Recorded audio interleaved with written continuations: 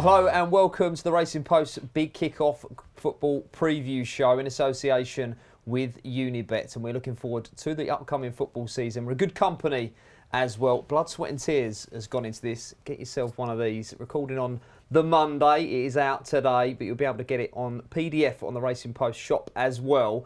And the blood, sweat and tears of two of our panellists have gone into the 80 pages in the pull-out. James Milton joins us. Milt, how are you? Yeah, very well, thanks, Dave. Yep. Did you manage to get much of a break over the summer? I nipped down to Dorset last week, actually, having filed my copy for the big kickoff. So yeah, all good, fresh and ready to go. Okay, we'll jump across to Mark Langdon. Mark, how are you? I know you've been very busy with the Euros. Do you feel like you've had any sort of rest? There hasn't been any rest yet, Dave. The rest is to come. There's a September international break. Miltz has sort of underplayed his trip to Weymouth. He went for lunch with golf guru Steve Palmer as well, and lived to tell the tale. But yeah, it has been a long summer. But I still prefer it to the even number years when we don't have a major tournament. So it's well worth it. Good stuff. And flanked, of course, Nick in the middle. Nick Goff. Well, I suppose we call you a pro-punter on the football now. Nick, how's things and how busy were you? Did you get stuck into the Euros, or did you kind of keep the powder dry and keep an eye on the new season? Yeah, I was busy for the Euros and then sort of just had 2 weeks off in between. Didn't really do too much, just watched the kids smash up my house. And back into it last week, getting ready for this, so ready to go in a new season now. Mark, I've probably undersold the pull-out, but give us a flavour of what people can expect to see in it. Yeah, so as you said, it was 80 pages. So we've got Premier League previews, so every team is covered with at least one page. Got all the tipping you'd expect. We've got EFL 1 to 24s, so the unenviable task really the guys there. I mean, you get absolutely slaughtered when you put one team down for 17th and they finish 6th, or vice versa. But that's the nature of the beast. We've got everything in Europe covered, and also, I mean, one of the features I like best actually is the one from Simon Giles on the importance, the kind of impact of fatigue on the season, to going into teams' records after Europe when they've had 5-day rest, and also the teams that have been in Europe maybe that haven't been in before, the impact of that on their season. I think we'll probably speak about Brighton later. They weren't the only ones that are sort of feeling the pinch of that. We've even got down to like Northern Ireland Premiership, bit of the WSL, so it's all in there. Yeah, that piece by Simon Giles was good reading if you're a West Ham fan as well, actually. So that was very interesting. Make sure you check that out. Right, as I mentioned, we are in association with Unibet here on the preview show. New customer offer for you as well. Money back as a bonus up to £40 if your first bet loses. Plus you get a £10 casino bonus as well, 18 plus. Gambleaware.org, and of course terms and conditions apply. I think the link will be in the description. We are here, of course, on the Racing Post YouTube channel. There is content all week. If you like your golf, your racing, your football, check us out. Make sure you like, comment and subscribe. Let us know in the comments whether you're following the lads, if they know what they're talking about, if they don't know what they're talking about, and of course who you are playing Ante-post in the football. Right, Milt, there's only one place to start, of course. Who is going to win the Premier League title? I suppose we'll have to start with Man City. All the chat about Pep, 5 in a row, but more to the point, this could potentially be his last season. Well, yeah, I mean, it's remarkable, really, that this is, season number 9 at City. He spent 4 years, I think, at Barcelona, then took a sabbatical, only 3 at Bayern. So he really has kind of embedded himself at City. And, when you're winning 6 Premier League titles in 7 seasons, you can understand why he's maybe reluctant to go. Having said that, I just think this season, there may be signs of vulnerability, possibly wishful thinking as an Arsenal fan, but I think there is a strong case to be made that Arsenal can go one better than they have in the last 2 seasons. Who's your team again? It is Arsenal, but I'm generally quite a pessimistic Arsenal fan. But I'm getting the red and white face paint on this season. Good stuff. There's nothing wrong with being confident behind your own side. Right, before I talk to Nick and Mark about City as well, we'll have a look at the show then, shall we? Man City 11 to 10 favourites with Unibet. Arsenal 37 to 20. Liverpool 7s. Chelsea 20s. Man United 25s alongside Newcastle. Tottenham 33. Villa 50. West Ham 250.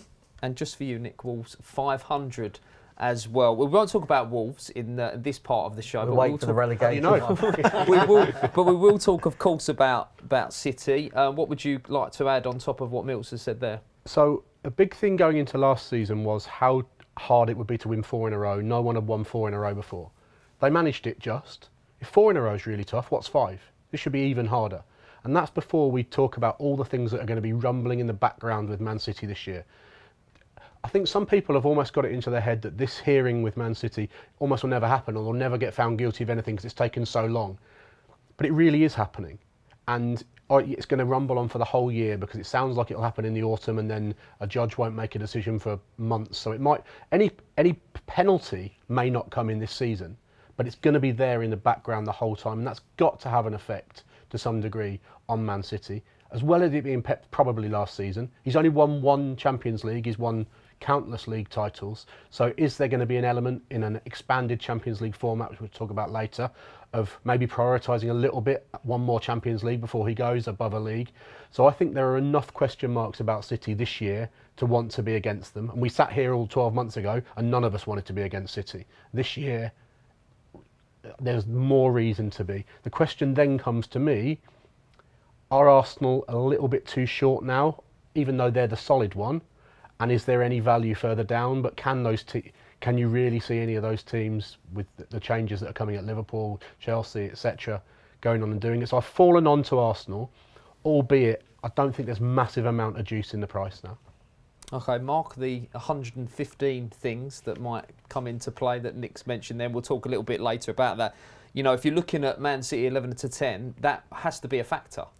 Well, yeah, it does. 115 charges is a battle that they're going to have to take on, and Pep will be asked about it virtually every week in the press conferences. He's somebody that will want to focus on football. I suppose if we look at the team, you've got Cole Walker's 34, De Bruyne's 33. You wonder how much more there is to come from those players, and I do agree with Nick about the extended Champions League format, whether they do just want to focus more on that. But I wasn't massively impressed with them, despite the fact that they won the league last season. They were a Heung-min Son shot away from not winning the league, probably, on that final midweek of the season. I thought they deserved to lose to Manchester United in the FA Cup final. And in the Champions League, the season before, they absolutely destroyed Real Madrid. And when they played them again, it was a game where they dominated the second leg, but not the first leg. And over the course of the whole game, you maybe could have argued City were the better side, but not by as much as what they were the season before. Like, why is there talk about Ederson wanting to leave and De Bruyne sort of thinking about his future? Like, it just doesn't feel as settled as it should be for a team that's won 4 in a row. One last thing about City is Rodri had another amazing summer, but he's played so much football again. And when he doesn't play, the drop-off is enormous. And if they do have to rotate him or he picks up an injury, like, they haven't really got anybody that can do that role. So I feel like they're more vulnerable than they were 12 months ago. It doesn't mean that they can't win it. Of course, they deserve to be favourites, but I think that probably the sense is that for the first time in a long time, I sort of feel more comfortable opposing them at this stage of the season, I would say. Okay, well, it sounds like most people are going to be opposing them with Arsenal. Can they make that next step?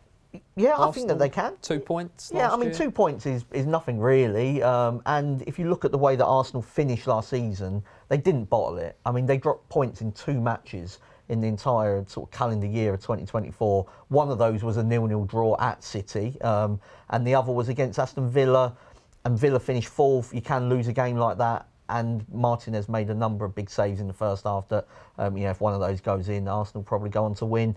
My questions over Arsenal were kind of, did they have the bottle for it? And I felt like they didn't lose it through kind of choking this time around. I think Raya is a more calming influence in goal than what Ramsdale was. Calafiori comes in, makes them better defensively, and they were the best team in the league at that. Sounds like they're going to do a little bit of work in the midfield. And then up front, Havertz was somebody that Nick mentioned last season as, could have a big season for Arsenal. He actually started in midfield, but when he went up front, they looked a more cohesive unit. And this is a young team that potentially gets better.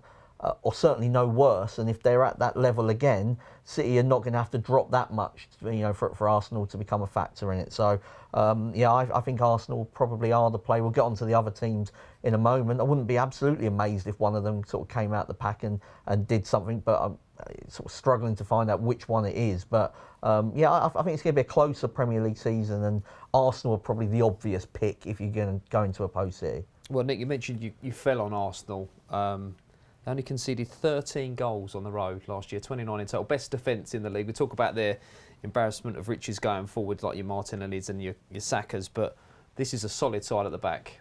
Yeah, it very much is. And there's going to be a lot of talk all around the place. Can Arsenal take that next step? I'm not sure they need to. I don't think they need to step up. Perhaps just playing at the level they played at last year will win them the league. And there's no other team that you can get close to saying that about. So that is why Arsenal do look really solid. They follow the right process now in terms of not tinkering too much, just adding where it's necessary. Calafiori's in. There might be one more. They might be looking at a central midfielder to come in as well. But that'll be it. And they'll go with what they know.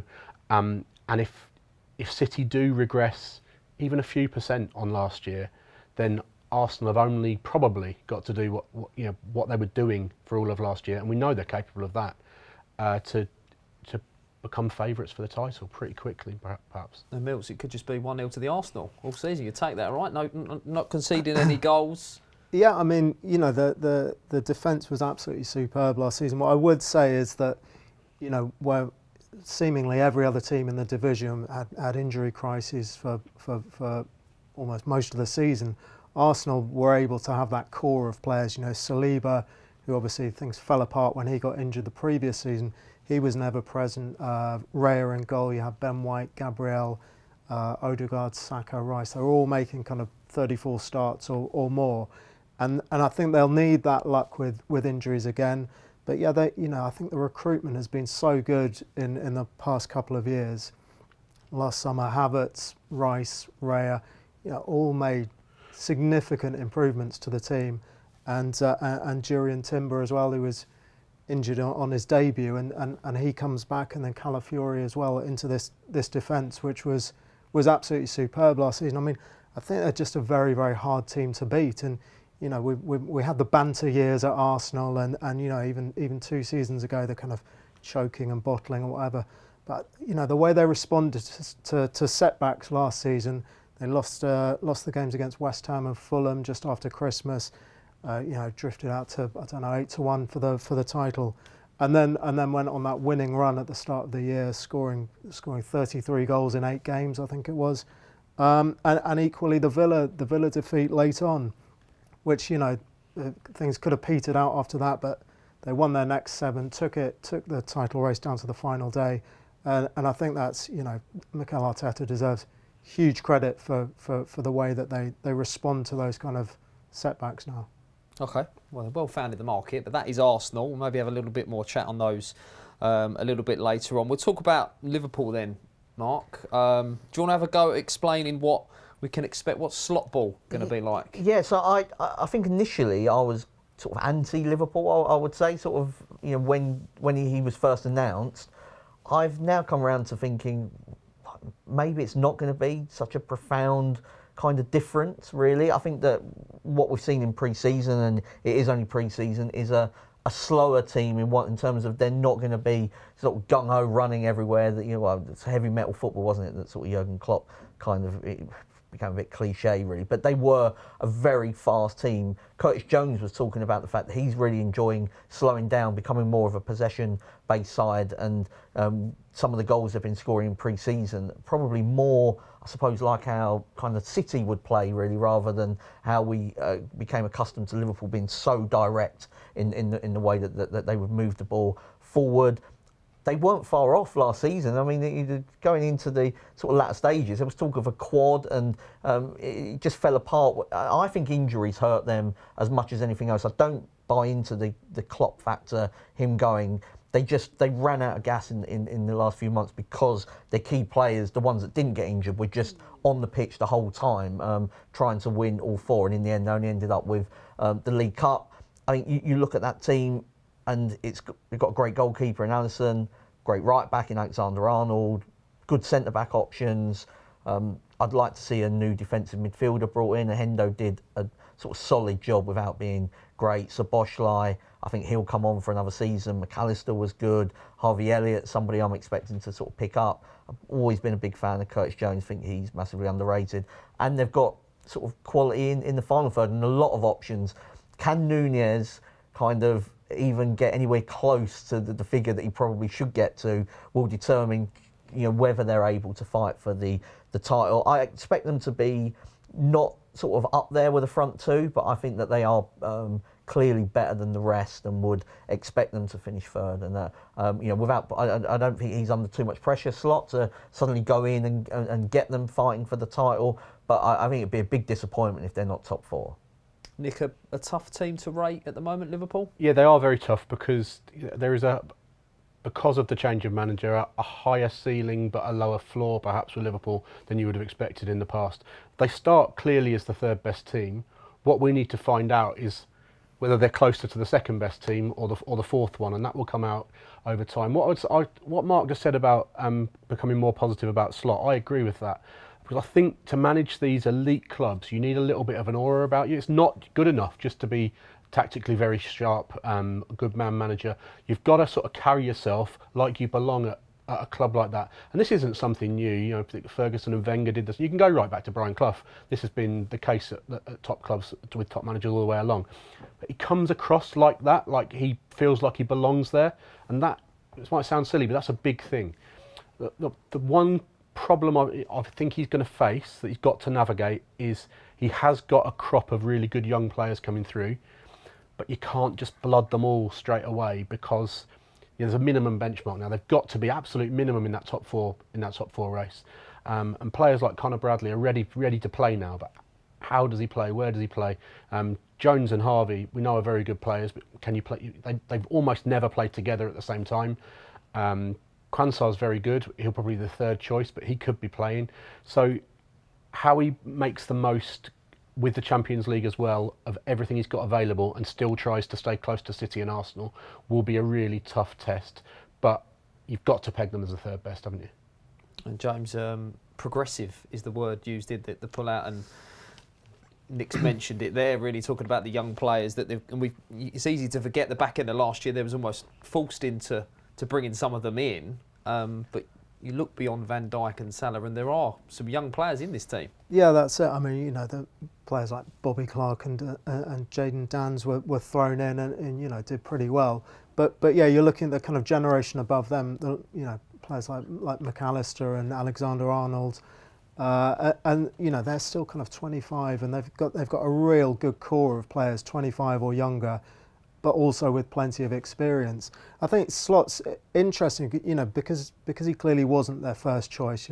Everyone was expecting Alonso to take the job. I think that's slightly tempered expectations a little, but I think it could be quite a sort of smooth transition for Liverpool.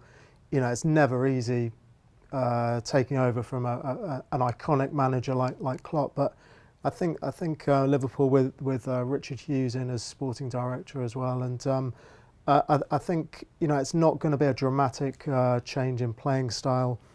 It's not Tottenham going from Conte to Postecoglou or anything like that, and just having that core of young players who've grown up at the club. I think they were so far clear of Villa in fourth last season, despite the kind of mid-season shock of Klopp's announcement. I think third place is the minimum for Slot to target. I think with Slot, the fact that he's bald and Dutch is sort of counted against him, because everyone just goes, "Oh, it's Ten Hag."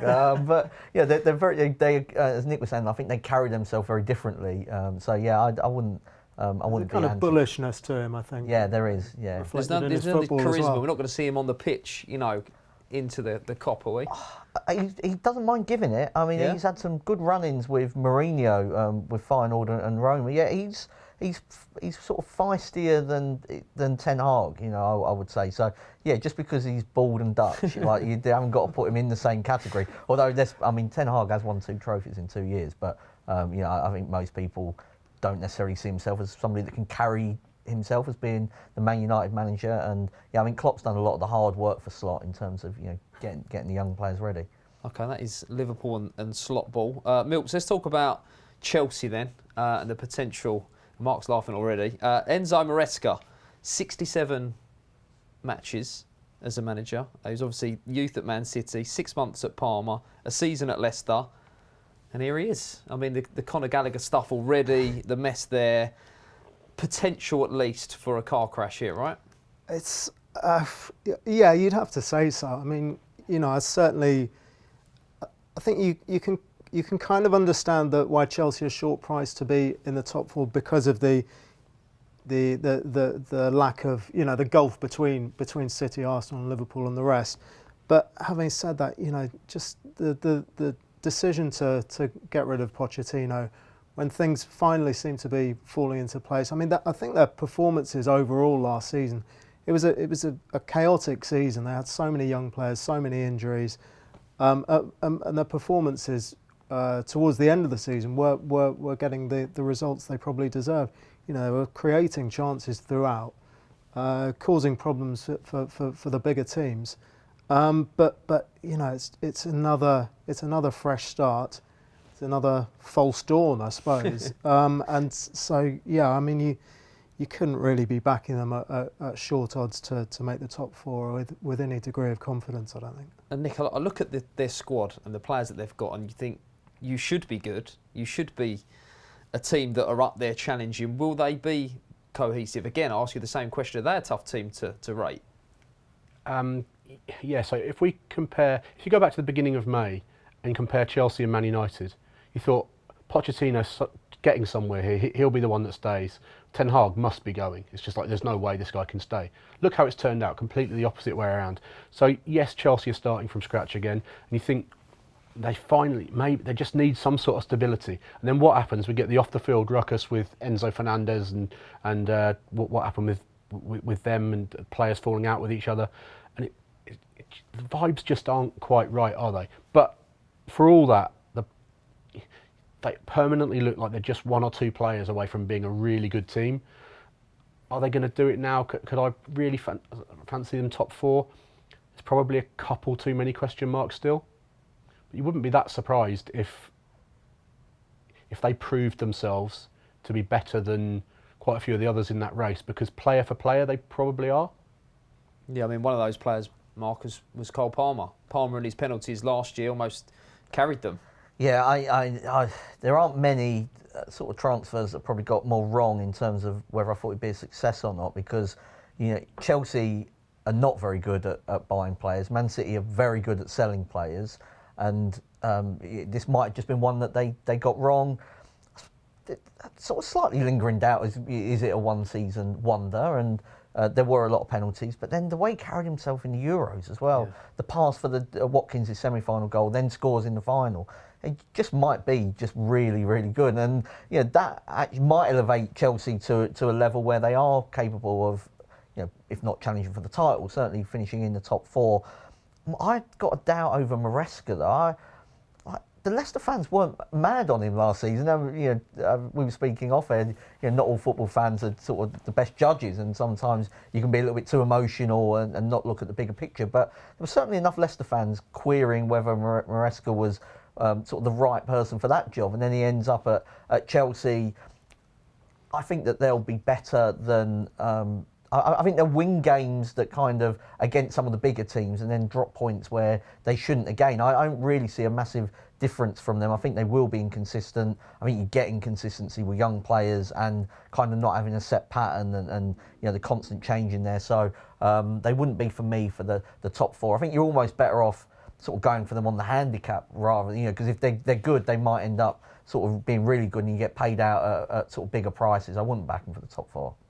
Okay, right, let's move on then to another bald Dutchman then, shall we, Milks? Let's get to United. Surprised that they've stuck with Ten Hag, or do you think this is a project that they've got to back at some point? They've got to back a manager.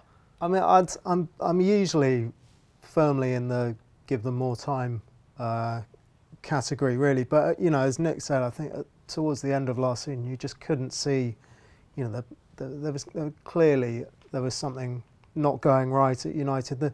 Just the lack of fluency. I mean, they just didn't score any goals, and then they produced this performance in the FA Cup final when, I think they were 8-1 to win in 90 minutes, 5-1 to lift the trophy, and they really did outplay City and on merit, yeah. Deserve, maybe City overdid the title celebrations a bit, but I thought it was really impressive, and I just feel like kind of, that one game is not really enough to bait. I feel like there was a lot of emotion in the decision. The two youngsters scored the goals. It was against their kind of dominant rivals, and I just wouldn't be that shocked if in mid-October everyone wants Ten Hag out again. I don't see. It was less than a month before the cup final. They were getting absolutely torn apart at Crystal Palace. I just don't feel you can base that kind of decision on that one game. And Nick, 8th last season, two cups in the last 2 seasons, to be fair to them, but 8th is 8th and work to do. It's the league table you judge on ultimately. Yes, they won that cup final, and I'll probably come across quite harsh saying it, but I think that cup final was more about City than it was about United. I don't think City turned up. There were pictures of them all out on the Sunday night after they won the league, and if that had been the Champions League final the week after, they would not have been there. No. So they did almost take that cup final for granted a little bit. Now United still had to go and do it, and they did it. But let's take the body of work before that, the 8 to 10 games at the end of the season. And every time they lost the ball, you could almost pause your TV and look at the structure, look at the way they were set up to defend. And it was a shambles. And this is a coach that had 2 years there, and they just didn't look like they were particularly well drilled at all. And I don't see how that changes over one summer. Jim Radcliffe's come in and supposedly brought a lot of clever people with him. But I'm not really seeing anything in the market to suggest they've suddenly become uber shrewd. So I'm not upgrading them a great deal on where I had them last year, and they weren't a challenger for top 4 last year. So until I see signs of being coached better and looking like a serious football team, they're not one. You spent a few quid, Mark. They always do, and Yora's already out injured for a few months. I suppose if I was being sort of trying to defend United, and somebody has to, since they couldn't do it themselves, the amount of shots they allowed last season. They had a lot of injuries, so Martinez and Shaw down that left-hand side, I think makes a big difference to the way you want to play. If you're playing right backs at left back, as Gareth Southgate found out, you end up with a dead end down one side, and so to get Shaw back will be a big thing. I think Martinez is their best defender, and he can bring the ball out, but it doesn't solve the issue, the big hole that they had in midfield necessarily. And who's going to score the goals? Is it going to be Xerxes? Probably not. Højlund is young. I quite like the way that he plays, but he's not like a killer in front of goal, certainly not yet. Like Fernandes, I think is a really good player. Mainu clearly is a top talent. So they've got some things of what you need to be a top 4 side, but this was a team that was going off outsiders against Bournemouth and Crystal Palace at the back end of last season. So they've got a lot of work to do, and I actually can understand why they've maybe kept hold of Ten Hag, because if the right manager wasn't there, you think, well, we don't want to make another mistake, let's just keep him until we get that right person. They did speak to Tuchel and it didn't work out. So I wouldn't be surprised if they change manager at some stage this year. I can see some sense in at least waiting to find somebody you actually want, rather than appointing just anybody and being in the same situation in 12 months' time. Like a Gareth Southgate coming in. Well, the fact that they want him would maybe add to Nick's point about them not being the shrewdest or smartest. Okay, right, let's move on. We'll park United for now. What of Aston Villa then, Milts? They're going to be busy this year, busy with fixtures. They've been busy in the transfer market. What do you make of them heading into the new season? Yeah, obviously, returning to the Champions League is going to be a test. But I don't see them dropping off significantly, really. I mean, they've made really impressive progress ever since Unai Emery arrived, and they lost Douglas Luiz in the summer. Obviously, a big player for them. But Amadou Onana comes in, who looks a really impressive replacement. So I think there's probably a bit of juice about them finishing top 6. If you do expect United to struggle again and maybe things to go wrong at Chelsea, and sack Maresca after a dozen games or whatever. I think there's a lot to be said for a team who are making steady progress, backed by quite a lot of investment in the transfer market. They got to the Conference League semi-finals last season, which was quite grueling. But obviously Emery was able to rest more players for those games than he will be able to in the Champions League. But yeah, I think they've could have another solid campaign. Back in the big time, Villa. Yeah, that's going to be the big question mark for them, isn't it? With this expanded Champions League format, that they'll have to play 8 games in the group stage, and then they're unlikely to come in the top 8 of this Champions League group, so they'll have to play a playoff round as well. So 10 matches to get to the last 16 of the Champions League, rather than the 6 that it has always been. So they've had to go and expand their squad, and they've signed a lot of good squad players to meet the challenges that are ahead. But have they improved the first 11? With Douglas Luiz going out, perhaps not. So I'd be against them having a season that they did last year. That's probably not a big call because they overachieved. I'd actually have them outside the top 6 personally. If we come on to Spurs, I'll have them above Villa this time. Well, we can go to Spurs now with Spurs fan Mark Langdon. Chapter 2, then under Big Ange. What's it going to look like? I think it'll look pretty much like Chapter 1 in terms of the way that they're going to play. Postecoglou is very clear on the fact that they've got a defined way of playing and they're not going to change that for anybody. I think that causes some problems at times. I remember one game last season, they were beating Everton in injury time and then got counter-attacked and Everton hit the woodwork, and you're just thinking, like, how can this happen? But I think the way that he sees it is that if you've got a very clear message, there's no kind of misunderstanding what you're trying to do, and it becomes easier for the players. They had a lot of injuries last season and suspensions, like when Romero and Van de Ven for injury and red card went down in that Chelsea game. Like, the season sort of fell apart for a while. Udogie got sent off in the same match. That's 3 of the back 4. But they've got a lot of players in Van de Ven, Udogie, Vicario. That was their first season in England. It was Postecoglou's first season in England. So I think there are sort of reasons to expect them to step up on that. Like, Brennan Johnson came in for a lot of money. He got 10 assists last season as well. And not all Spurs fans are like mad on him, but I think, again, the wingers have got very clearly defined roles in what they're asked to do. They go down the wing, they do cutbacks, and then somebody's there to tap it in. And I'm expecting Tottenham to.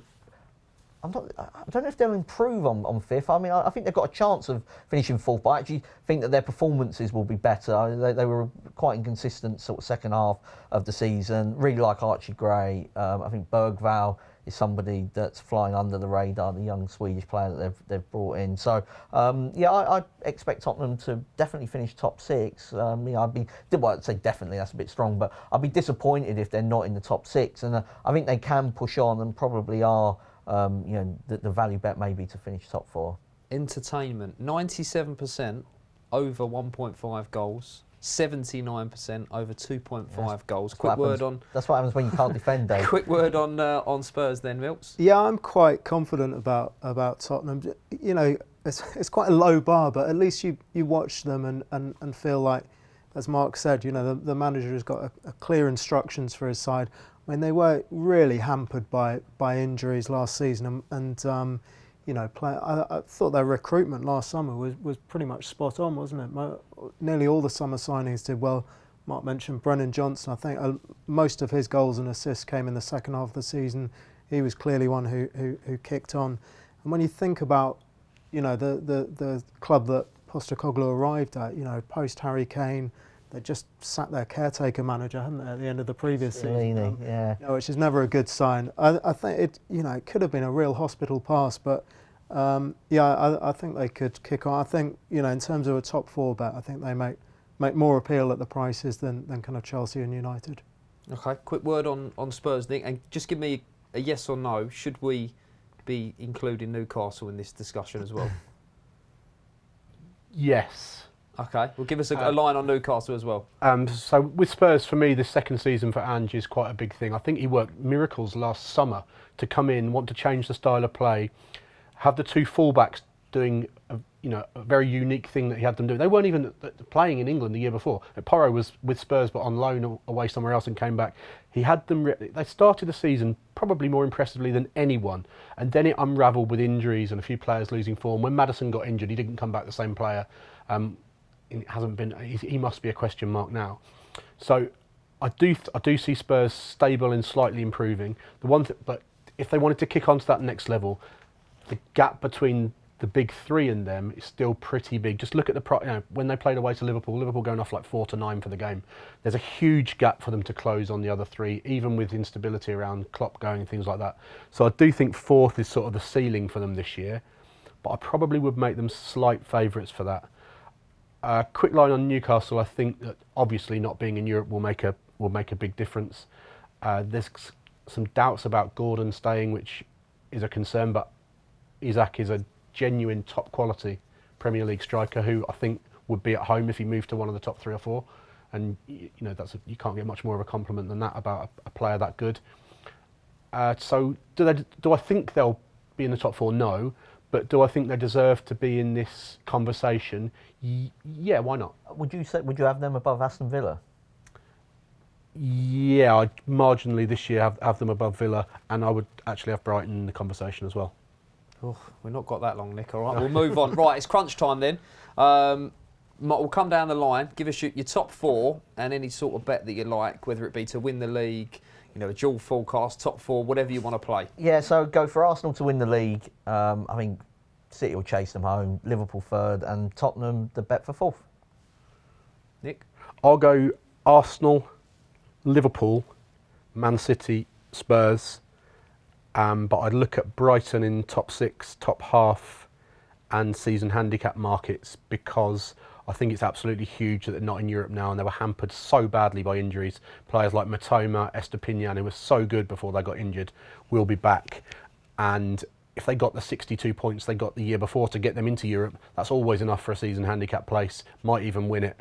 So I think people are just forgetting how smart, how good Brighton are, because they have one slight year of regression because of European injuries.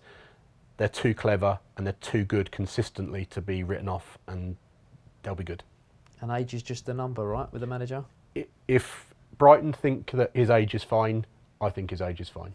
Good stuff. Milts? Arsenal, Man City, Liverpool and Tottenham for 4th. So Arsenal to win the league, I think the better value is Tottenham top 4. I think they did pretty well in that first season, given all the hindrances to Postecoglou, and I expect them to kick on. Good stuff. Good stuff. Right, we'll move to the opposite end of the table now then and talk about relegation from the Premier League. Give you some Unibet prices here. We're going to go Leicester 2-5, Ipswich 7-10, Southampton 27-20.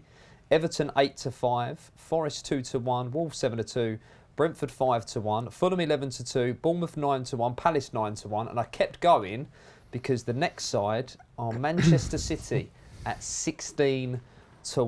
Mark, we'll start with a little bit of quick chat on profit and sustainability rules, because Great. that is why Manchester City are 16-1. Yeah, I'm pleased you come to me. I'm not going to explain PSR fully, but I mean, City's is more historic than sort of the recent sort of PSR that is definitely going to come into play. I mean, City are an eye-catching price, I suppose.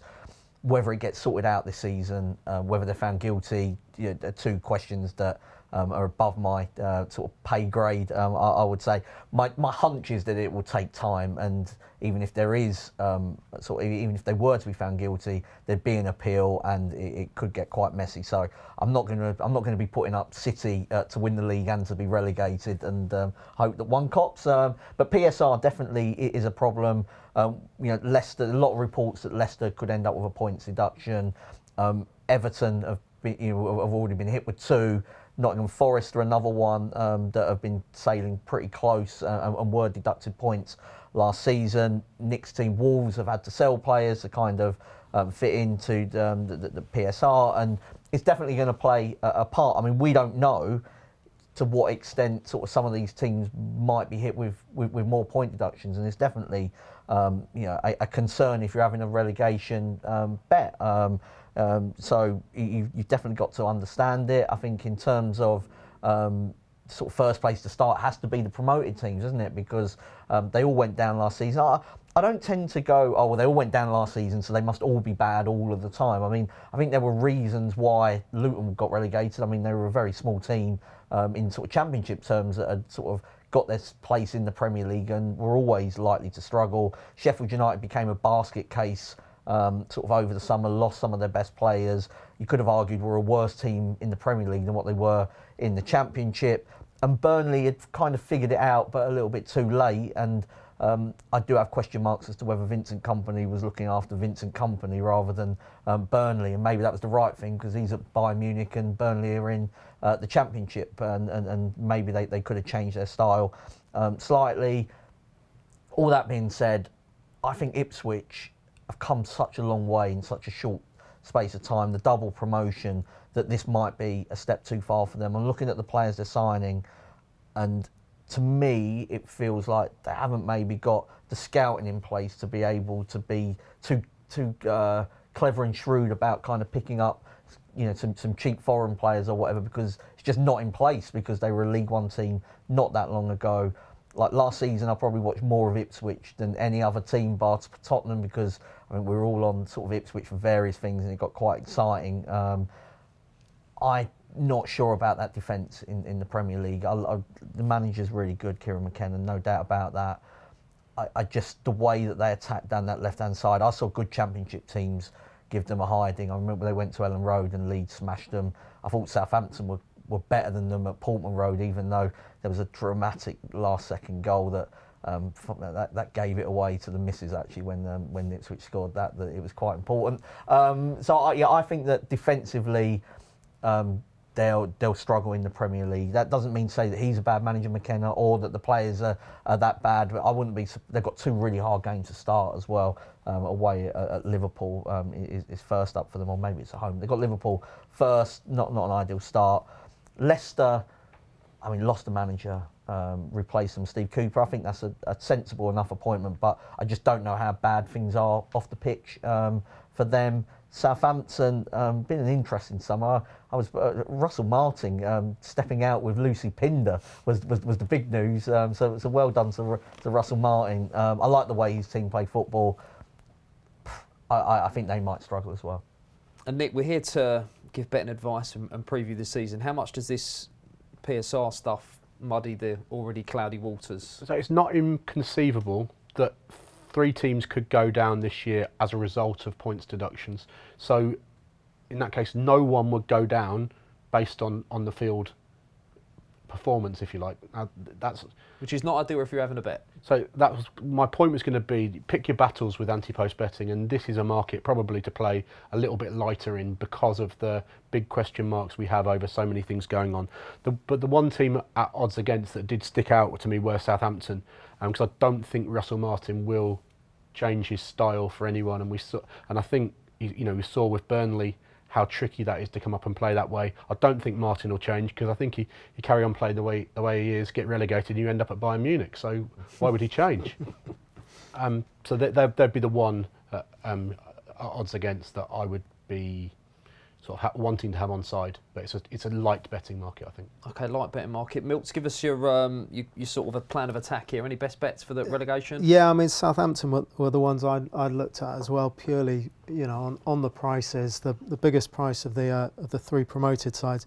And just looking, in the Championship last season, they lost all 4 games against Leicester and Ipswich, who went up automatically, conceded 13 goals in those games, and you just feel that their style of play, they're going to take some hidings, and I'm not convinced they have the attacking players to kind of win enough games against the bottom half team. So, as Nick said, it is a not the greatest of Ante-post heats, but yeah, Southampton look an interesting price.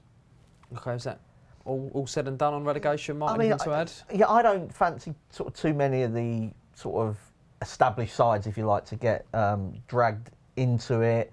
I feel like Forest, if they're on the pitch, I think they'll be sort of solid enough. Murillo at the back's a good player. Nuno kind of can do enough, I think, to keep the team up. They've got some sprinkling quality. Hudson-Odoi, Langer, Morgan, Gibbs-White. I mean, it's pretty talented sort of three behind the forward, and they've bought a guy from Newcastle as well, Anderson. So they've got. I think they'll have enough. Everton.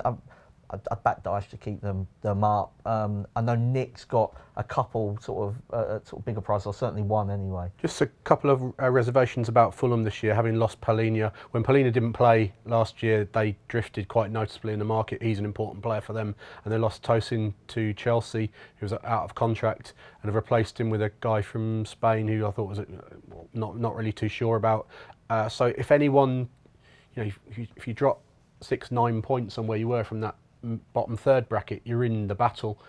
I wouldn't back them to go down because of what we talked about teams losing points. And if Leicester start -6, how are they going to finish even above a inferior Fulham from last year? Probably won't happen.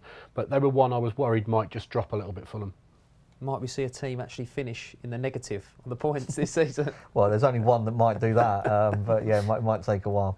Right, let's move on then to the top goal scorer, the Golden Boot, which I did research. They do actually still give out a little Golden Boot, which is lovely. Unsurprisingly, Haaland, 4-6 with Unibet heads the market here. Salah at 10s.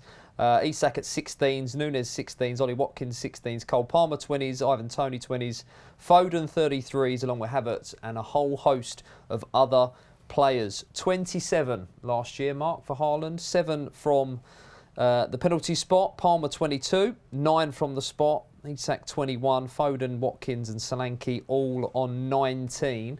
4-6, a worthy favourite. How do you go about attacking this market? Yeah, I mean, if Haaland stays fit, plays these sort of 30-odd games, probably wins. Which he didn't last year, of course. He didn't. Yeah. I still feel like Guardiola doesn't actually want to play. He'd rather not play him, but he can't do anything else. But the team functions, I think, worse with him in the team. I know Roy Keane went on about him being, was it a League One or League Two touch or whatever. I mean, I don't quite go that far, but it sort of, he's just forced into the team slightly. I think, he's a very worthy favourite, but, we're not in the business of putting up 4 to 6 shots to win top goal scorer. I mean, could do his cruciate tomorrow. So, I mean, somebody I mean, there's a few I quite like. So, Isak, who's already been mentioned. I know we asked the odds compilers in the Racing Post pull-out kind of who they like, and Isak was like the dominant name in that. Most went for him. I can see why. Ollie Watkins was somebody I looked at, wasn't sure whether he'd be on penalties. Louisa's gone. Tielemans is probably first choice on pens, but will he start? So where does Watkins fit into that? And I think you'd rather be on the penalties, but VAR these days, the handball and stuff like that. So I've ended up on Solanke as just somebody that last season did very well. It was a breakthrough season for him in terms of the Premier League. He'd done it in the Championship. This is a player that had played at Chelsea and Liverpool when he was younger, and so maybe we shouldn't be surprised that it suddenly all came together for him. Bournemouth are a very attack-minded team, play good football. He's on penalties. He's also been linked with a move away. So if he does end up, at say Tottenham, for instance, as a team that's been linked with him, you're suddenly on sort of a team that's potentially kicking on for top 4, top 6, and he becomes the line leader for them. And last season, he was, I think, probably the best number 9 I saw at Tottenham. I went to virtually every game, and he was unplayable that day. He didn't score, but he was really good. I think he's a massive talent. When England won the Under-20 World Cup, he was voted the best player at that tournament. I think Valverde of Real Madrid was second. It hasn't come together for him for a while. Maybe the pennies just dropped, and so I just thought he's somebody that might turn out to be quite good. Nick, you don't strike me as a man who's going to roll up the sleeves and get stuck in at 4-6. This is an each-way market, right? Absolutely not. Yeah, and I do think there's a couple of good bets with the place market in mind, but at the price. I think Heung-min Son at 33-1 is a ridiculous price. He won this a couple of years ago. Last year he missed a few games because he went to the Asian Cup, but his injury record is ridiculous. He started over 30 Premier League games 8 years in a row. He's very rarely injured. Last year he was only 2 goals away from a place, despite missing 6 games at the Asian Cup, and he's on penalties, but Tottenham were only awarded 2 penalties in the whole of last season. We were a disgrace. So you'd think that's going to revert back to the mean a bit and get 5-6 penalties this year, and in a team that are top 6, you'd expect that. So he really doesn't have to do very much. Not much is changing. There is talk of potentially bringing a striker in, but he was never an out-and-out striker anyway if Richarlison was playing. So I think you're going to get a lot of games out of him. I don't see any sign of it. I know he's 32 now, but he doesn't look like he's regressing at all to me. I think 33 is a good bet there. And I would mention Kai Havertz again, because I mentioned him last year. He's played the first half of the season a lot in midfield, didn't really suit him. He gets a lot of grief because he misses chances and he doesn't look like a proper striker. But actually, he played the second half of the season when Arsenal were playing great football as the striker, as the main man, started scoring a fair few goals, and they were 2 points off winning the title. And he's going to be their number 1 striker again this year, and he's 33-1. How often does a second favourite for the title have a 33-1 striker? Almost never. So I would say that Son and Havertz are both slightly overpriced. Milt, who do you like? I've gone for a couple of the Chelsea players, not Cole Palmer actually. I'm hoping that it might have been a bit of a one-season wonder. I don't think that's fair on him, but just looking at Nicholas Jackson and Christopher Nkunku, I mean Jackson, I think I tipped Romelu Lukaku for top scorer at the Euro, so I'm clearly a bit of a masochist when it comes to these kind of, because his finishing will be frustrating. But his first season in the Premier League, scored 14 goals. I think his XG was around 20. Looked a real menace, and in a Chelsea side who, very rarely had the same 11 players on the pitch for 2 successive weeks. And then Nkunku, who was injured in pre-season, but arrived with a huge reputation from the Bundesliga. Scored 36 goals in his last 51 starts for Leipzig. And he only played a handful of games last season, but still scored 3 goals in the league. And Maresca's been very positive about him in pre-season, and he's kind of 50-1, which for a player who's France international, and I think he could certainly make up for lost time. Good stuff. Certainly a market to throw a few each way darts at. Right, free bets. I hear you. Of course you want free bets. Head to racingpost.com/free bets, and of course watch this for more info.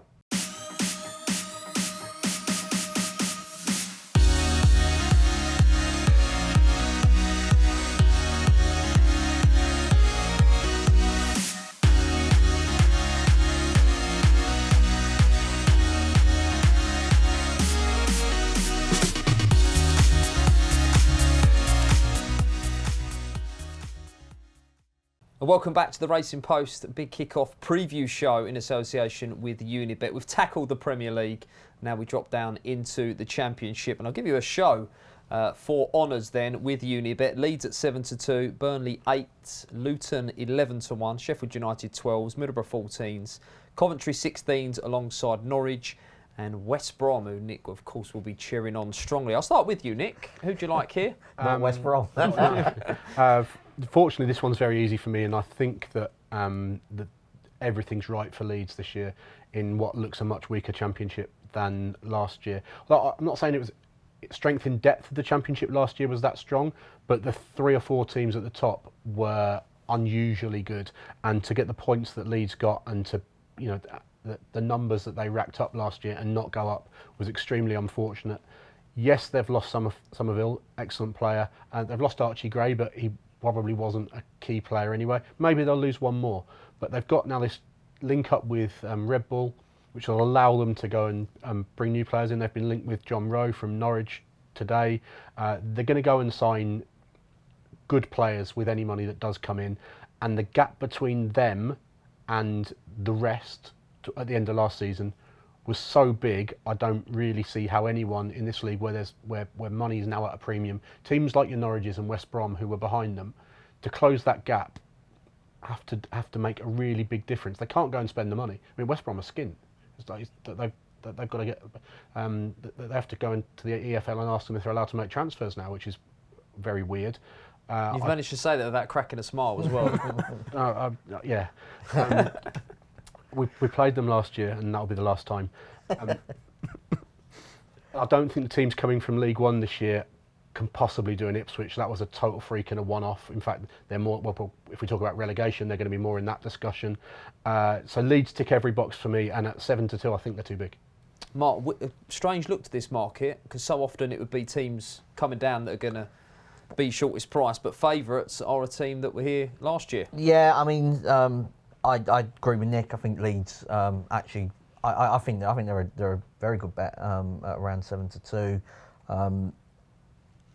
Don't see too many dangers in terms of the Championship. A couple I'd throw out in terms of those that are kind of there last season would be Coventry and Middlesbrough would be kind of, I think, the biggest dangers of those that are still there. So we're looking at kind of the ones that have come down to see whether they can have kind of a big impact. Sheffield United, awful points tally last season. Chris Wilder did well previously at Sheffield United, but maybe has a bit to prove himself after the things have not gone amazingly well for him. The vibes aren't great coming out of Bramall Lane. They're losing sort of what good players they had and not, I don't think, making too many signings. Luton felt like a freak really when they went up. It was an unbelievable job that they did to go up, but they look like a kind of Championship team in the Premier League, and I wouldn't fancy them to beat Leeds. You know, if they're playing Leeds tomorrow at Wembley or whatever, you'd have Leeds over Luton. And so it's Burnley are the ones that kind of, I think a lot of people are going for. Dan Childs in the Racing Post pull-out has tipped Burnley for a bit of balance, but I'm not sold on Scott Parker. He's got 2 promotions with Bournemouth and Fulham. He just makes me nervous. I think they had very good teams when they went up, and I'm then looking around. They've just got a massive squad at the moment. I'm not quite sure what their starting 11's going to be come the never mind the first game, sort of the first game after the August transfer window will tell us more. I suppose they are the biggest dangers maybe, but I think Leeds are very worthy favourites. Will it be a full house for Leeds? Yeah, I can't see past them, I must admit. I think Well, that's the bit they'll clip out.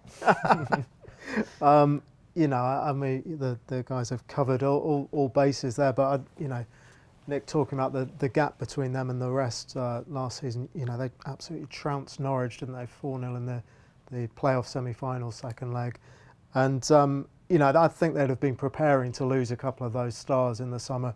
They've got good transfer fees for Gray and Somerville, and yeah, they just look ready to kick on given the doubts over those 3 relegated sides.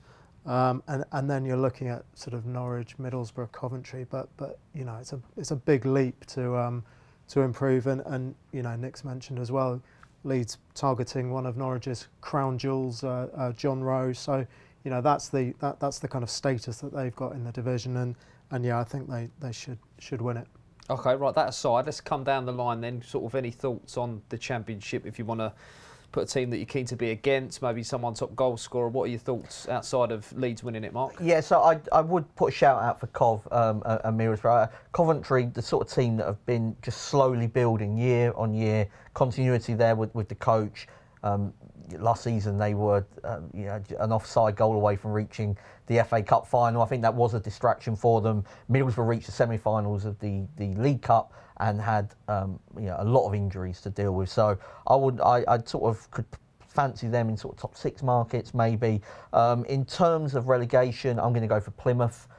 Wayne Rooney, I'm not sure Wayne Rooney will last the season there if things don't go well, but he's got a lot to prove, I think it's fair to say. And they weren't safe until that final game of the season last year. Either Plymouth rely so much on their home form, and so the goals of Whittaker, if anything happened to him, wonder sort of just how bad they could be.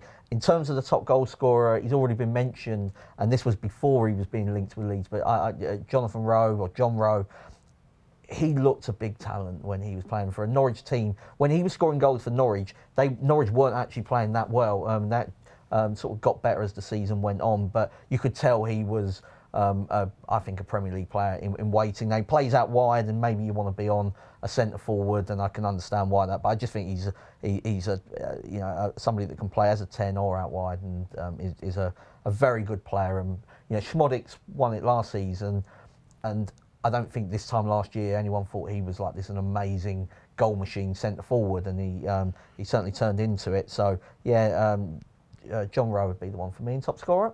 Okay, Nick, sort of anything else outside of Leeds winning it? Would you like? Yeah, two teams I think who might benefit from young, impressive managers having a full pre-season would be Bristol City and Swansea, both of which I'd look in the top 6 market. I think that's realistically the ceiling, trying to get them into the top 6, but both of those could improve. In the top goal scorer market, I like Emmanuel Latte-Lat of Middlesbrough, who scored a shed load of goals in the second half of last season. People might cramp him, say sort of he ran very hot, overshot his XG by quite a way. But actually the post-shot XG, which you can get in some places now, was very impressive. So maybe he's just a damn good finisher and he can kick on. He's very good. I think he's around 11 or 12 to 1, I think. And then the relegation market is a real pig, I think, because there's about 8 or 10 teams you can make a case for, and if you're sweet on one of those, then you need to push your prices out on the others, and then that probably makes no one very good value. I was a bit worried about Millwall. They've had real turmoil off the pitch with the goalkeeper dying. Tragic news. And they've signed Macaulay Langstaff from Notts County, who they need to create chances for, and I'm just a bit worried about Millwall. And the other team I'd be a bit worried about are Portsmouth. I try not to read too much into pre-season, but I know a few Pompey fans, and they're really grumbling about how things look in pre-season. Signed Murphy from Oxford, was a really cracking signing, but they had a pre-season friendly the other day and took a real walloping from someone, and the vibes just don't seem great there. I think they missed out on a couple of targets they wanted to. If they're 5 or 6 to 1 relegation, they're going to be that end of it. So, long way of saying no bet, but those are the two teams on the list. Outside of Leeds' supremacy across the Football League, is this the toughest league? From what you're saying there, it sounds like you've struggled a bit rating some of these teams. Yeah, I think there's much of a muchness in behind.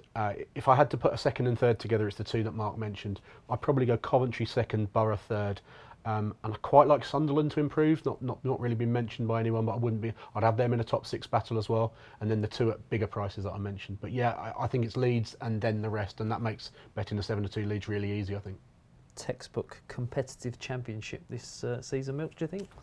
It is, yeah. I think it is a tough betting heat. I'd be interested in kind of 3 to 1 about Hull top 6, maybe. I mean, very controversial sacking of Liam Rosenior. They finished one place outside the playoffs. That was a real kind of Pochettino exit style.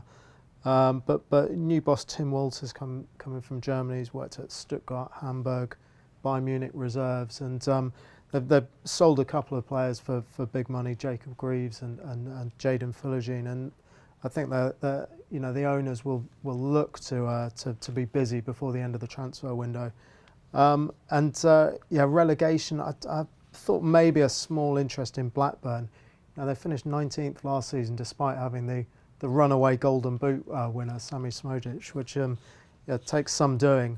And I think sides like QPR and Sheffield Wednesday, who struggled again last season, should improve, and so Blackburn could be one who are vulnerable. And I know Nick's not too keen on Millwall, but I thought Langstaff in the top goal scorer. He's come from the National League 2 seasons ago when he scored 42 goals, none of them penalties. We were discussing penalty takers earlier in the Golden Boot heat, and then was the League 2 top scorer last season, despite the wheels coming off for Notts County. So, you take a bit of a flyer on him at 33 to 1, stepping up, but he's an interesting one. Good stuff. Right, that is the Championship then. Right, we'll move on to League 1, and I'll give you the prices with Unibet then for the title. Birmingham 2 to 1, Bolton 10s, Rotherham 11, Huddersfield 12, alongside Wrexham, Charlton at 14s, Peterborough 18s, and Barnsley at 20. We'll pick up the pace a little bit, Mark, and just give us sort of your overall view and maybe one or two things that you'd like as best bets from any sort of market here.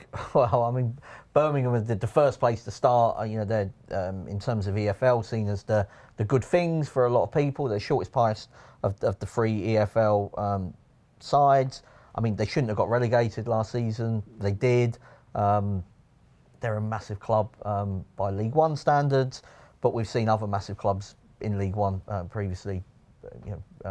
Wolves have been there, Nottingham Forest, Sheffield Wednesday, Leeds. Sunderland. It's never as easy as what it looks on paper, and most don't win the league. Some can. I'm not saying it's impossible to win the league, but around about was it 2 to 1? Did you say? Yep. Yeah. I mean, at 2 to 1, I would want more certainty in my 2-1 bet. So a manager that's never managed before is an immediate question. Now, he might be really good, but we just don't know who Simon Davies is. They've signed players I've never heard of from sort of Germany and Netherlands.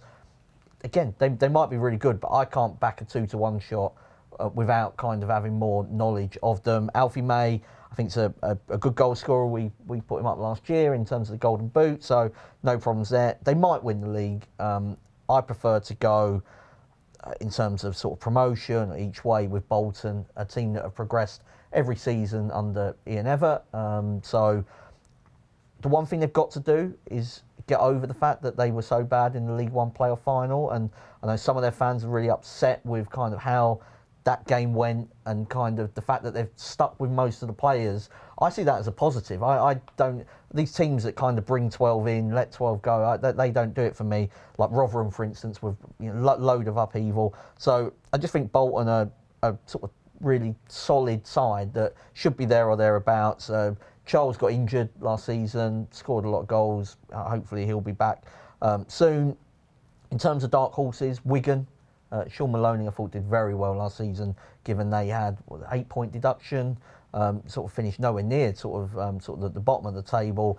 They've brought in quite a few Premier League sort of academy players. You're never quite sure how that's going to work out. So they would be the team that I would sort of put up on sort of handicap or something like that. Relegation, I'm hoping this is not just me being really angry about how they fell off last season, but Bristol Rovers, I had a seasonal match bet treble of Barrow to beat Morecambe. I had Ipswich to beat Norwich, and I had Bristol Rovers to beat Exeter, who were miles clear at one stage. It all went wrong. And they actually, at the end of last season, 23 points from the last 23 games.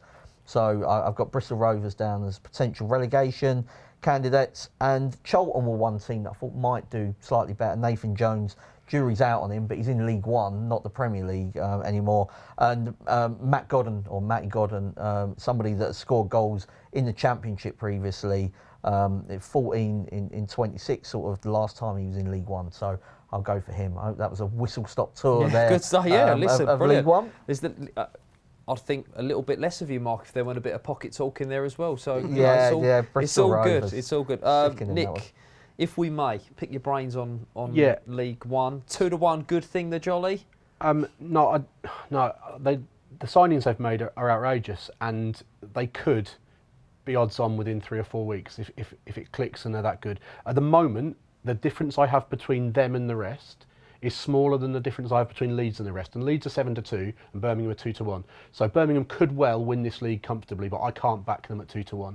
A key stat I'd throw in is that I think the teams coming up from League Two, this is the hardest jump to make if you want to challenge again the next year in League One, because there's always 6 teams in the championship in League One who feel they should be in the Championship or even higher, and there's like a bottleneck trying to get out because only 3 can go every year. Of the last 8 years, 4 teams get promoted from League Two, so 32 clubs have come into League One from League Two. Only one's finished top 6 in 8 years. Wow! And that was Luton, and they won the league, so they were just a freak. So for people looking at Wrexham and Stockport thinking they can carry on the juggernaut, it's really hard for them to do that this year. I'd be sort of a little bit against them. The one I've landed on each way would be Huddersfield, who Mark just said Birmingham shouldn't have come down last year. Well, I don't think Huddersfield should have done either. It just sort of unravelled, and that can happen. They just lost their way at the bottom of the Championship, but player for player, I thought they were good enough to stay up, and it didn't happen for them. They've only lost Jack Radoni. He's the only one of the starters that's gone, and they've brought in players like Herbie Kane, Anthony Evans from Bristol Rovers, who was a good player there last year, or in the first half of the season he was. I don't know what happened in the second half. And Herbie Kane from Barnsley, who was close to getting promoted there. So they've put together a really solid League One side, and them and Bolton and teams like that will make it tough for Birmingham if they're not quite as good as it seems. If they win at 2-1, I'll shrug my shoulders and let that go. Relegation, I haven't really got a strong view. I think it'll be really tough for a team like Shrewsbury to stay up again. Should have gone down last year and nicked a few 1-0s against the run of play to stay up. Top goal scorer market, I'll throw out a blush in the past. Jordan Rhodes, who scored a lot of goals at this level ages ago. In the Championship at Blackburn and Huddersfield, didn't really happen for him for a lot of years, and then went on loan to Blackpool last year. Second half of the season, scored about 15 goals. from only half the minutes in the season. If you extrapolate that out, if he'd been there the whole year, he would have been close. And he started. I kept my eye on pre-season. He started as a number 9 the other day, so it looks like he's getting first crack at that. At Blackpool, he's 25-1. Might not be a bad each way bet. Lovely. I'm glad you dug out the price there, because I was going to ask you top of your head. So 25-1. Yeah. There you go. I like the sound of that, Milt. Yeah, I'm with Mark on Bolton. You know, they just look like they're making solid progress. Finished 9th, 5th, and then 3rd last season. Also won the EFL trophy. You know, decent defensive record. Dion Charles scored 20 league goals in his last 2 campaigns. And yeah, they look the solid each way alternative to Birmingham. And another of Mark's fancies Wigan. I think, you know, 11-4 top 6 finish is interesting. I thought, you know, they handled the 8-point deduction with ease last season, using the loan market well. They signed a defender from Bayern Munich on loan last season. This season they've got Manchester United striker Joe Hugel and Liverpool's Calvin Ramsey at right back. So I think they've obviously, you know, under Sean Maloney, they seem to be going places, a bit more stability behind the scenes.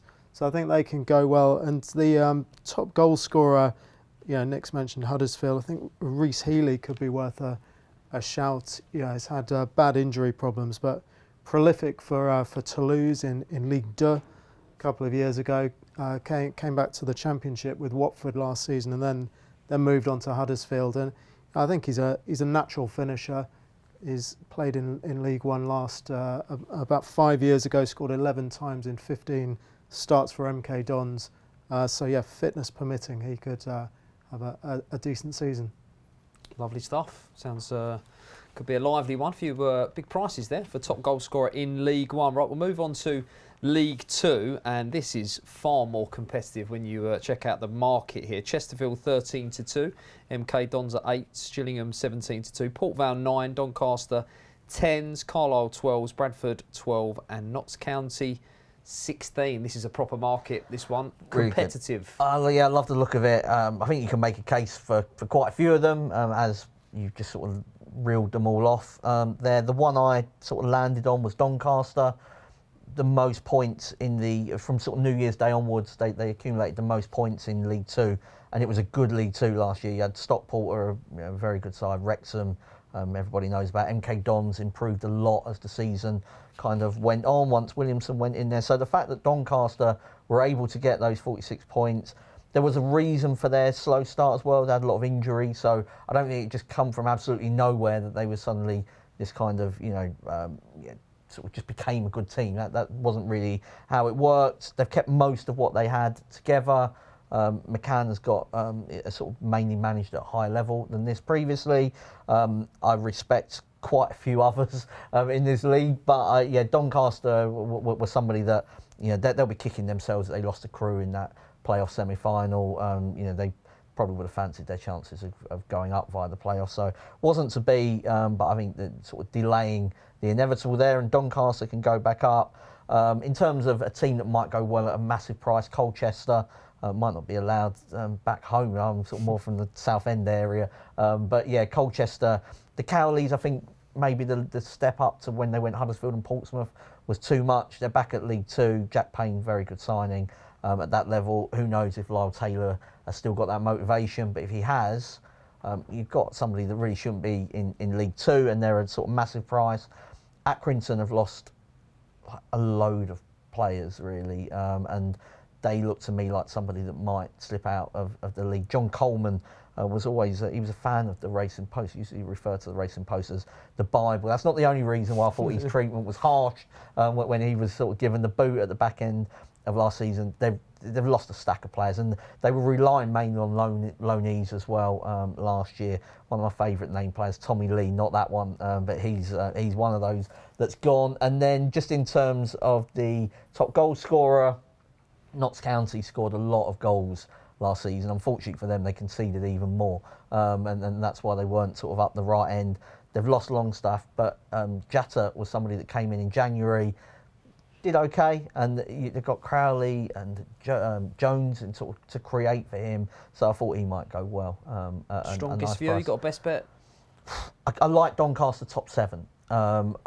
I'll be really. It's around about sort of 10 to 11 even money. I'll be really disappointed if Doncaster don't finish in the top 7, albeit feels like a league where there's a lot of kind of teams that fancy themselves, but I'd be surprised if there are 7 better than Doncaster.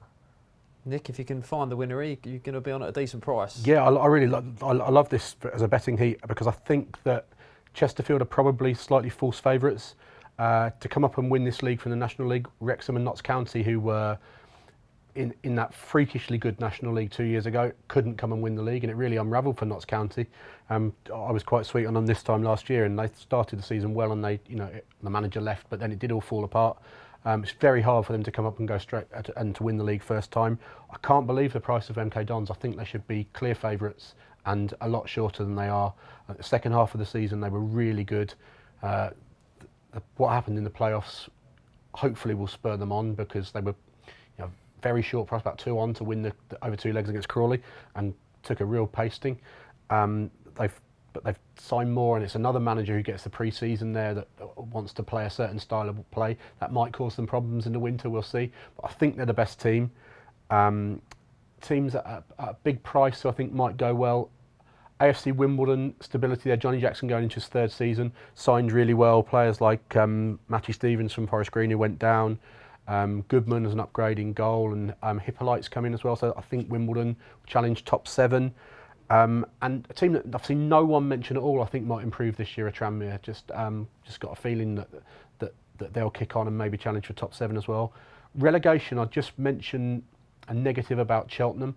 Got relegated from League One, and we've seen you can go down through the leagues because Forest Green did it last year. They're a double-figure price for relegation, Cheltenham, and the vibes there are all wrong. So let's finish with the top goal scorer.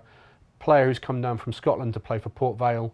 Last pre-season friendly on Saturday, got given the number 9 shirt, so he looks like he's a starting striker for about the 4th favourite. A guy called Rory Patton. He scored a load of goals for Queen's Park in the Scottish Championship. They almost went up.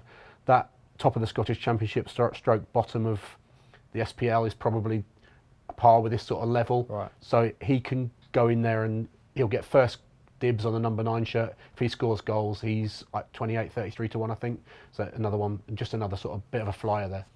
Lovely stuff. I wish you'd done your homework, Dick, before coming on here. Vibes within clubs, good stuff. That's why we've got Nick on. Brilliant for that insight. Milts, what's your best bet then for the League 2? Yeah, another vote for MK Dons here. I think it's a similar sort of profile to Bolton in League One. They're just going to get in there as solid. And Mike Williamson's impressed last season. Some good summer signings. Liam Kelly and Lawrence Maguire were both promoted with Crawley. Yeah, they obviously MK Dons lost in the playoffs last season. I feel like losing 8-1 on aggregate, I think you can kind of brush that off a bit easier than if you lose on penalties in the final. So hopefully there won't be too much of a hangover there. And they look really, really solid each way at 8-1. Relegation, I thought maybe Harrogate could be a decent price. Just feel like they're sort of treading water a bit. 17th, 19th, and 19th in their first 3 seasons in the EFL, and then 13th last season, but finished pretty much limping over the line. Lost one of their key players, Abraham Odo, who's gone to Peterborough. They could struggle, but again, it's a tough betting heat because there are sides working on very limited budgets down there. And to carry on the MK Dons theme, Callum Hendry, top goal scorer, who scored 21 goals in 52 starts for Salford over the past couple of seasons.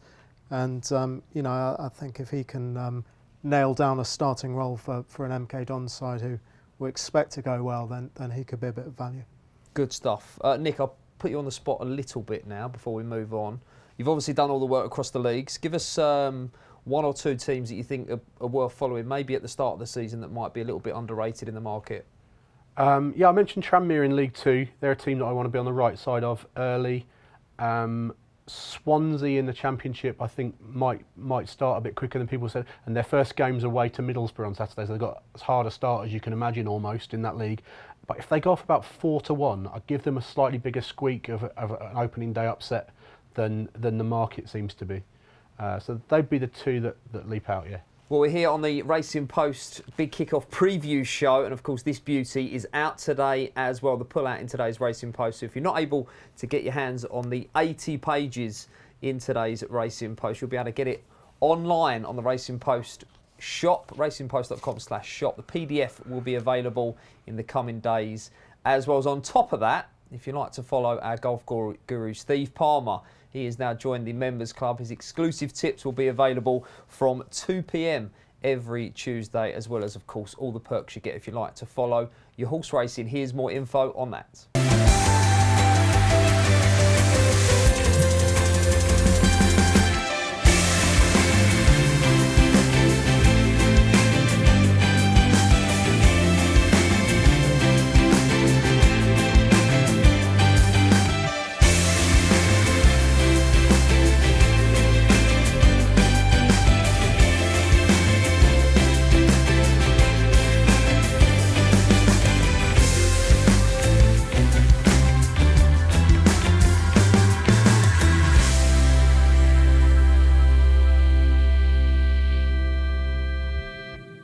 Welcome back to the Racing Post Big Kickoff preview show in association with Unibet. We've tackled the domestic stuff. Now we're going to head to the continent, a little bit of Champions League as well. And I'm going to throw to Mark Langdon to explain the format change very quickly to this year's Champions League. PSR and also the Champions League format. What have I done, Dave, to deserve this? So we're moving to a 36 team. It's not really a group stage anymore. It's a league phase. 36 teams will be doing battle.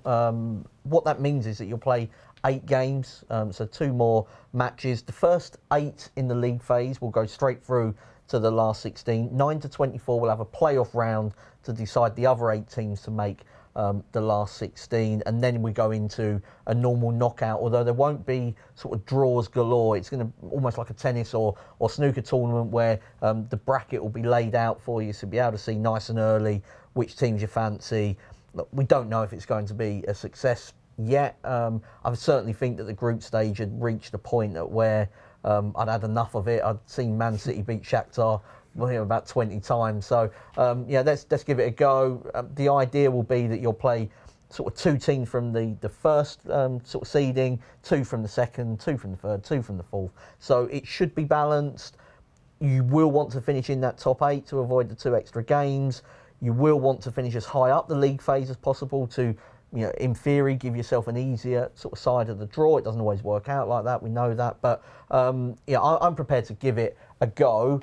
That being said, I thought that sort of in terms of a bet, I was going to go for Atalanta at a massive price. The Europa League winners. I think Italian teams last couple of years have done very well in European competition, to reach the final. Atalanta, I mean, let's face it, they smashed Liverpool and Leverkusen in the Europa League last season, 2 teams that are much shorter than them this time around. They're a tiny team, but I think I'd want to see how it plays out before I start getting massively involved in the teams right at the top of the market. But we could probably, spend the next 5 minutes discussing teams, and then Real Madrid will win like they normally do. But yeah, I'll go for Atalanta at this stage, Dave. Okay, Mark mentioned the teams at the top of the market. Well, let's give you some prices with Unibet then. Man City 9-4, Real Madrid 3s, Arsenal 9s, Bayern Munich 11s, Barcelona 12s, Liverpool 12s, Inter at 16s, and PSG at 16s. Give us the winner, James. Bayern Munich tentatively at 11-1. I mean, they had such a tumultuous season last season, missing out on the Bundesliga title for the first time in living memory. But Champions League, I mean, they knocked out Arsenal. Pretty much outplayed Arsenal over 2 legs, and a couple of minutes away from beating Real Madrid in the semis. So I think they're a decent price. Brought in Michael Olise and João Paulinho. I'm not going to go overboard about Vincent Kompany, but I think there's so much experience and quality in the squad that, even if you've got reservations about the relegated Burnley boss, I think they're an eye-catching price. Good stuff. And Nick, I'm sure, like me, you was thinking to yourself, I could do it watching a few more Champions League games, or your wish has been granted, my man. I am looking forward to the change because it undoubtedly got tired watching the same teams beat the same teams. I'm not certain they've got this right, but let's go into it with an open mind and find out. It would be a tentative selection, and when I'm putting up good bets on here, like Leeds and MK Dons, I really like. In the Champions League now, I wouldn't be having a bet myself, so I can't go and tell people to, to really be having a decent go here. But I thought Barcelona at 12-1, the profile of their squad, getting that year older, they were a very young squad last year, and there's going to be ding-dong title battles in a lot of countries, England, Italy, Germany, potentially this year, with an elongated format. If Real Madrid go and win the La Liga by 10 points and Barca can't stick with them, that could really help them in the Champions League to concentrate just on the one. So at double figure price, I mean, they got to the quarter. People were quite negative about Barcelona the last couple of years. They're not the team they were. They're quarter finalists last year and only lost to PSG. They're in the race consistently still, and they're a double figure price. So if I had to pick one now, I'd pick them, but I might change my mind by January when it starts to matter. So it's tentative selection. Right, we look forward to that. Right, let's jet set across Europe then, shall we? We'll start with France. Milt, Lango, anyone got a strong view? Well, it won't be Nick, because Nick sits out the European stuff. We'll do the heavy lifting here. I mean, we'll start with France. I mean, look, PSG will probably win the league, even though they haven't got Kylian Mbappe. I'm more interested in top three finish for Marseille. De Zerbi's in charge. I'm not sure he'll be there for a long time, but it might be a good time. They're making some interesting signings. Last season, they were the best team outside of PSG on XG as well. And yeah, I thought they were the best bet there. I'm going for Lyon top four. Had an absolutely disastrous start to last season, but since Pierre Sage replaced Fabio Grosso, they've really picked up. He won 19 of his 28 league games in charge. And by Ligue 1 standards, Ligue 1 standards, excuse me, that's very Brexit of me. They've spent really heavily this summer, so I think they could kick on. And 6-4 about finishing in the top four looks a good bet for Lyon. Right, let's go to Italy. Milt, we'll stay with you.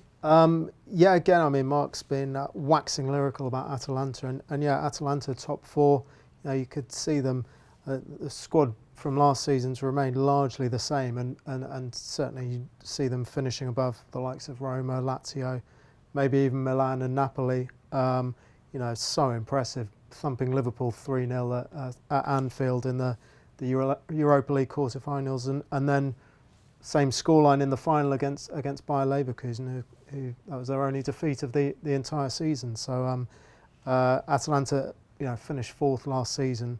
Despite making the Europa League final, they still won 6 of their last 7 in the league. So I think they could go well again.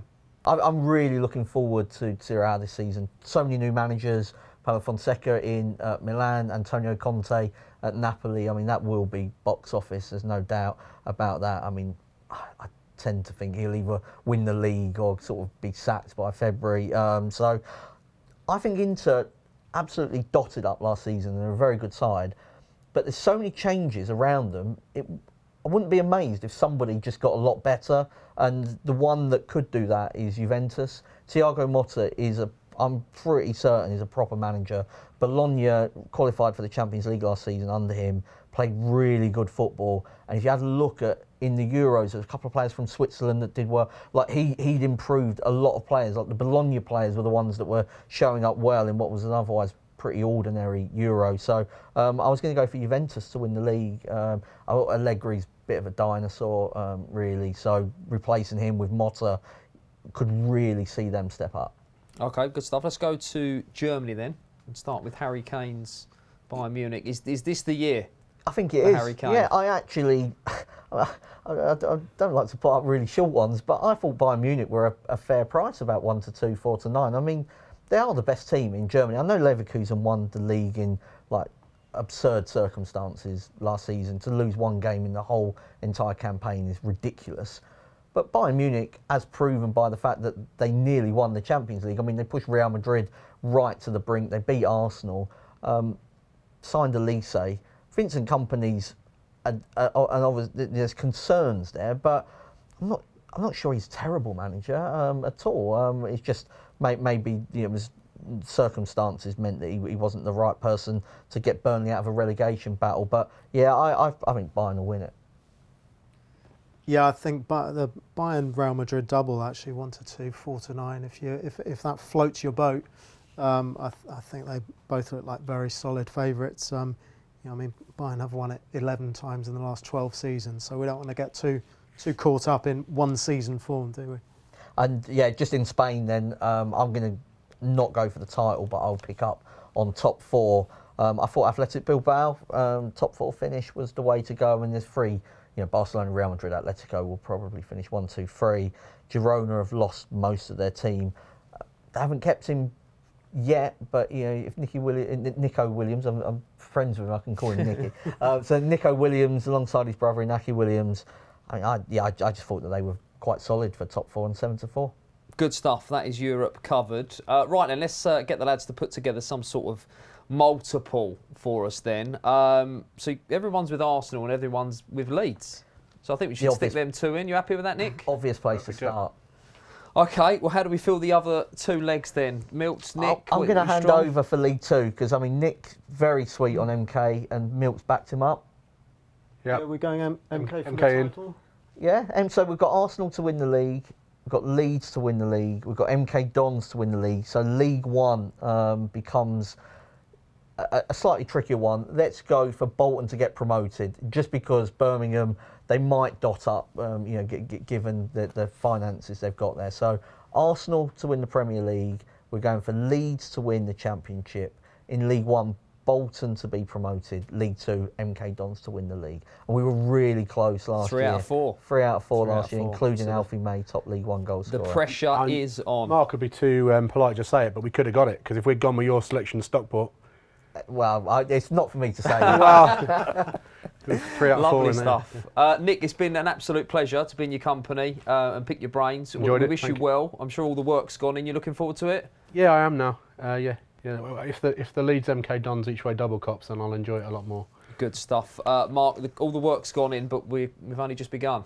Yeah, we've still got a lot more football to play. We only 38 rounds of Premier League, 46 of the EFL, and about 1 million in Europe. So yeah, let's bring it on.